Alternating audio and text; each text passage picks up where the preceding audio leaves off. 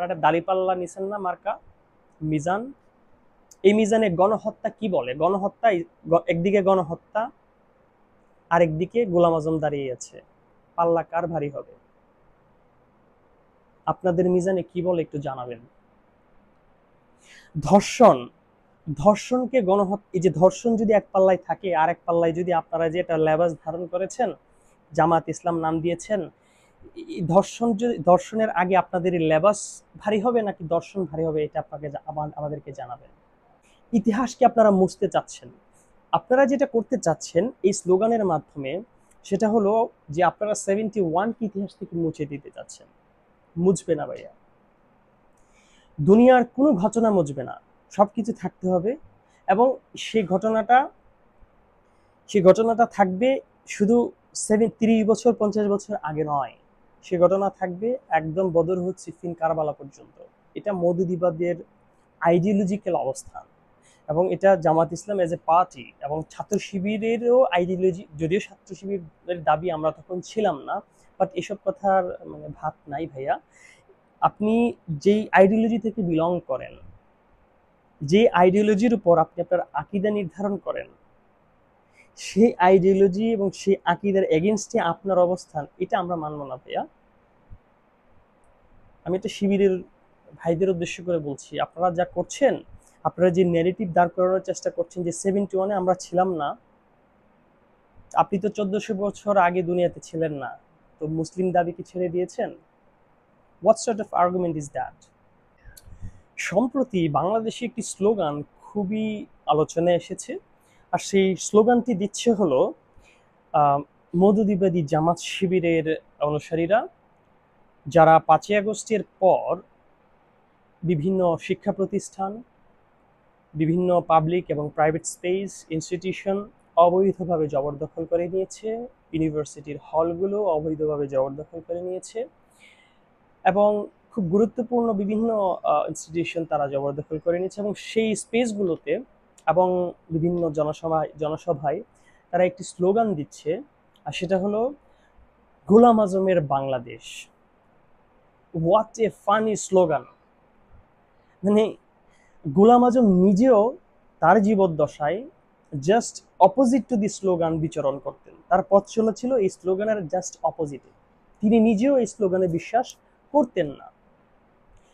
1971-এ যখন পাকিস্তানের যে স্বৈর রাষ্ট্র কায়েম ছিল, জাতীয়তাবাদ এবং ধর্মের নামে যে রাষ্ট্র তারা কায়েম করেছে, সেটার যেই জুলুমের শিকার যখন বাংলাদেশের মানুষ হচ্ছিল, তখন এই এই জুলুমটা তো সোশ্যালি, পলিটিক্যালি এবং ইকোনমিক্যালি হচ্ছিল বাংলাদেশের মানুষ।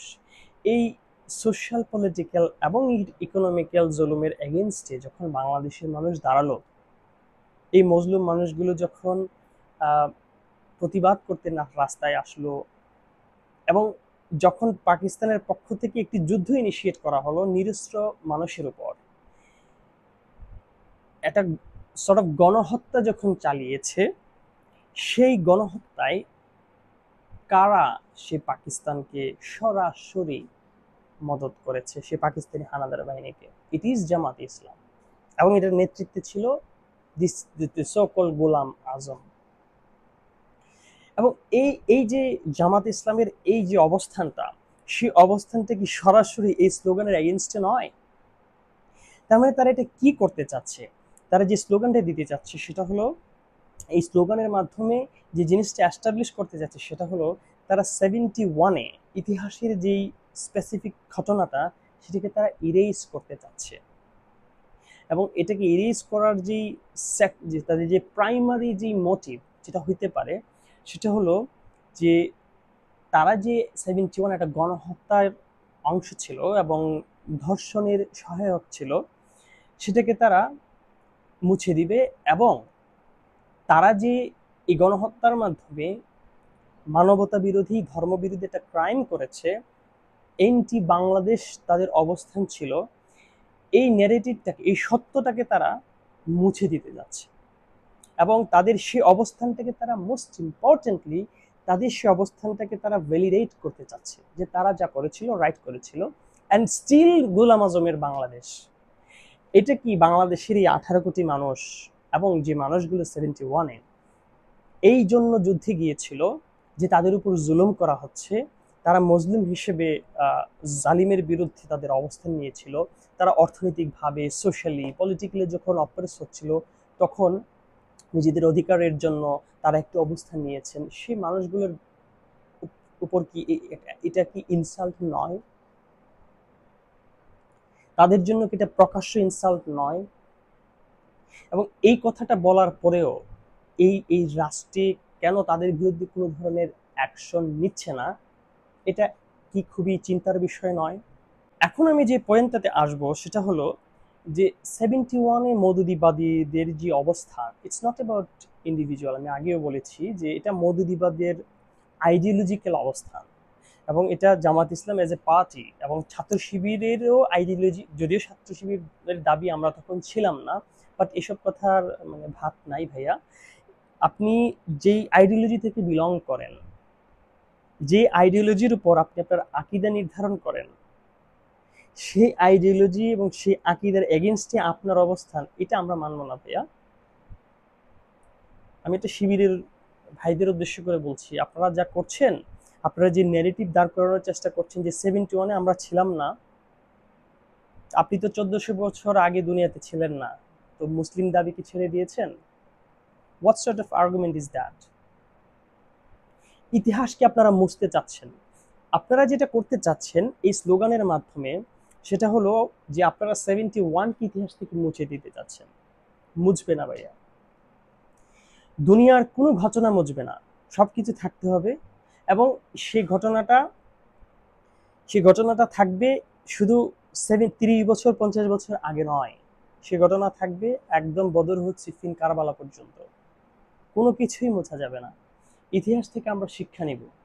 আর আপনারা যে কতটুকু অ্যারোগ্যান্ট, আপনাদের উগ্রতা যে কি পরিমাণ অ্যারোগেন্সে ভরা, সেটার প্রমাণ হলো যে আপনারা এত বড় একটা গণহত্যার মধ্যে জড়িত ছিলেন, সেটার সেই অবস্থানটাকে আপনারা ভ্যালিডেট করতে, instead of seeking an Apology, আপনারা সেটাকে দুনিয়া থেকে, ইতিহাস থেকে মুছিয়ে দিতে যাচ্ছেন, সো দ্যাট আপনাদের কোনো দায়ভার না নিতে হয়।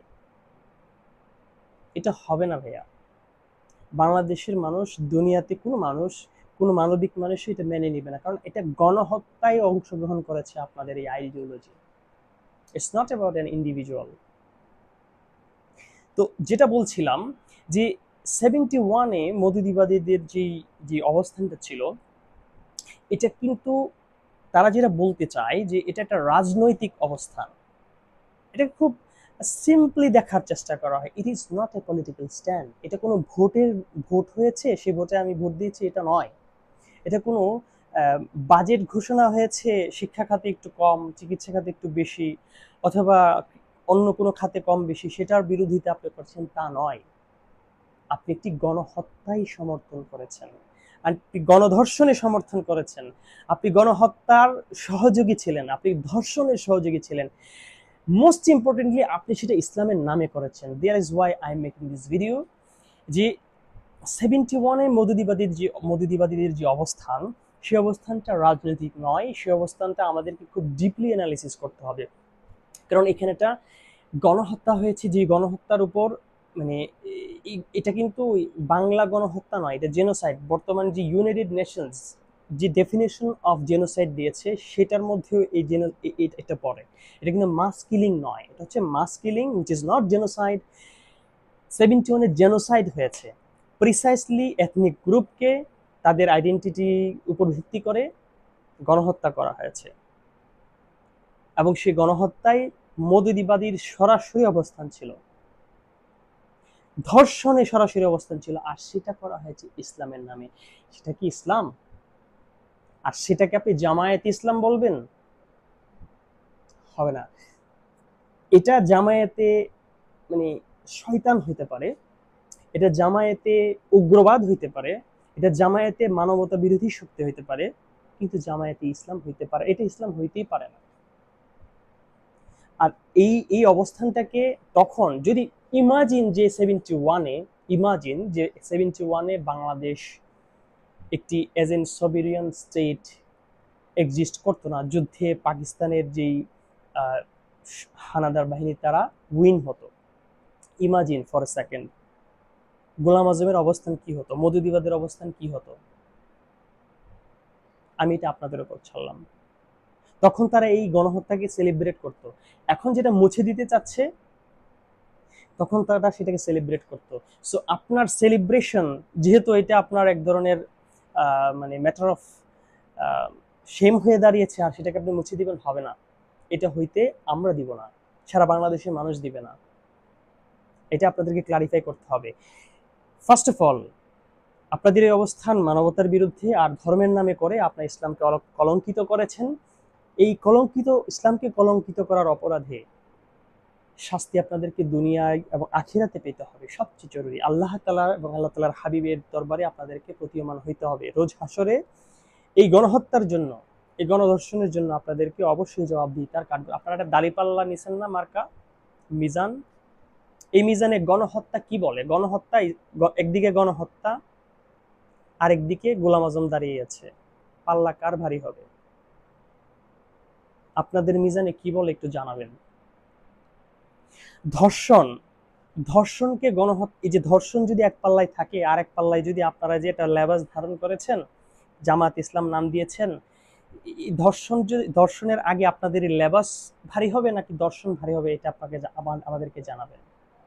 এটার আনসার আপনাদেরকে দিতে হবে। দাড়িপাল্লা দিয়ে ইসলামের লেবাস ধারণ করে সবকিছু ইসলাম বলবেন, আর এটা মানুষ কনজিউম করবে, এতটুকু বুক অন্তত পক্ষে সাধারণ মানুষকে মনে করবেন না, মুসলমানদেরকে মনে করবেন না। আপনারা ইসলামের রূপ ধারণ করে, ইসলামের নামের অপব্যবহার করে আপনারা ইসলামকে কলঙ্কিত করেছেন। ইসলামের এই পবিত্র ইসলামকে আপনারা যে পরিমাণ কলঙ্কিত করেছেন, যে ক্ষতি আপনারা ইসলামের করেছেন, এতটুকু ক্ষতি কোনো নন মুসলিম করে না। কোন নাস্তিকও এত ক্ষতি ইসলামের করতে পারে না, যে ক্ষতি আপনারা করেছেন। and that is why মানুষ আপনাদেরকে মুনাফিক বলে।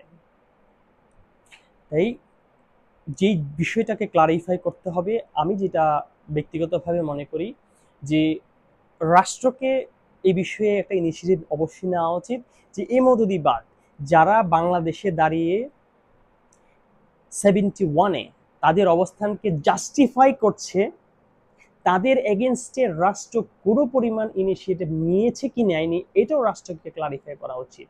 দে শুড ব্রিং মওদুদিবাদের সবাইকে এবং তাদের সিনিয়র লিডারশিপকে ইনটু দ্য টেবল, এবং তাদেরকে অ্যাকাউন্টেবল করা উচিত যে আপনাদের এই স্লোগান ব্যাখ্যা করুন। এবং এটা করা হয়নি, হচ্ছে না। এবং বিভিন্ন পলিটিক্যাল পার্টি, এনসিপি হোক হোয়াট এভার ইট ইজ, যে তাদের যে অবস্থান আমরা দেখছি যে বিভিন্নভাবে তারা মানে দুই একটা ফেসবুক স্ট্যাটাস দিচ্ছেন, এটাও বেশিরভাগ মানুষ মানে এটা মানে আউটক্রাই হয়ে গেছে, এই জন্য তারা দুই একটা স্ট্যাটাস দিচ্ছেন। বাট আই ডোন্ট থিঙ্ক যে তারা মওদুদিবাদী জামাত বা উগ্রবাদীদের এই যে এই উত্থানটা, এটার সাথে তাদের কোনো ধরনের ডিসকমফোর্ট আছে। কারণ এই স্লোগানগুলো কিন্তু মানে একই প্ল্যাটফর্ম থেকে দেওয়া হয়েছে, শাহবাগে দেওয়া হয়েছে। সো এনসিপির অবস্থানটা এটা অনেকটা মানে পলিটিক্যাল অবস্থান, যে ভোট মনে হয় তাদের খুব প্রয়োজন। যেটা সার্জিস আলম বলছিলেন একটা স্ট্যাটাসে, যে কি যেন, জামানত বাঁচাইতে হলে ভোট কিছু করতে হয়। তো তাদের এই মানে জামাত বিরোধী বর্তমান অবস্থান কি জামানত বাঁচানো বা ভোটের মাঝে কিছুটা ভোটকে ক্যাচ করার জন্য অবস্থান কিনা, সেটাও চিন্তার বিষয়। আই ডোন্ট থিঙ্ক যে তারা খুব সিরিয়াসলি জামাত বা মওদুদিবাদের এগেইনস্টে তারা অবস্থান নিচ্ছেন। যদি নিতেন যেটা বোঝা যেত, কারণ আইডিওলজিক্যালি আমরা দেখেছি যে কিভাবে এই মওদুদিবাদকে বা জামাত শিবিরকে বাংলাদেশে প্রশ্রয় দেওয়া হচ্ছে 5ই আগস্টের পর, এবং কিভাবে উৎপরিত দেওয়া হয়েছে বাংলাদেশে। এবং আমরা দেখেছি কিভাবে জামাত শিবিরকে বিভিন্নভাবে গ্লোরিফাই করা হচ্ছে।